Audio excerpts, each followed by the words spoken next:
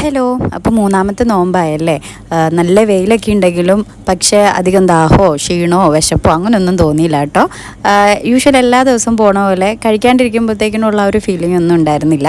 അപ്പോൾ എന്നത്തെയും പോലെ നിസ്കാരമൊക്കെ കഴിഞ്ഞ് നേരെ കടയിലേക്ക് വന്നു. അപ്പോൾ ചെറുകടിയൊക്കെ കുറച്ച് ഇരിപ്പുണ്ടായിരുന്നു. അപ്പോൾ അതൊക്കെ ഒന്ന് നോക്കി. എന്തായാലും കഴിക്കൂല, കാരണം എണ്ണക്കടി തീരെ ഒഴിവാക്കിയേക്കാണ്. അപ്പോൾ വന്ന് കണക്കൊന്ന് നോക്കണമായിരുന്നു. കണക്ക് അപ്പോൾ പൈസയൊക്കെ കിട്ടിയതും പിന്നെ കൊടുത്തതൊക്കെ ആയിട്ട് അതൊക്കെ ഒന്ന് എഴുതി വെച്ചു. അത് കഴിഞ്ഞ് പഠിക്കാൻ കുറച്ചുണ്ടായിരുന്നു. അത് കഴിഞ്ഞ് പഠിക്കാനൊക്കെ ഇരുന്ന് കഴിഞ്ഞു.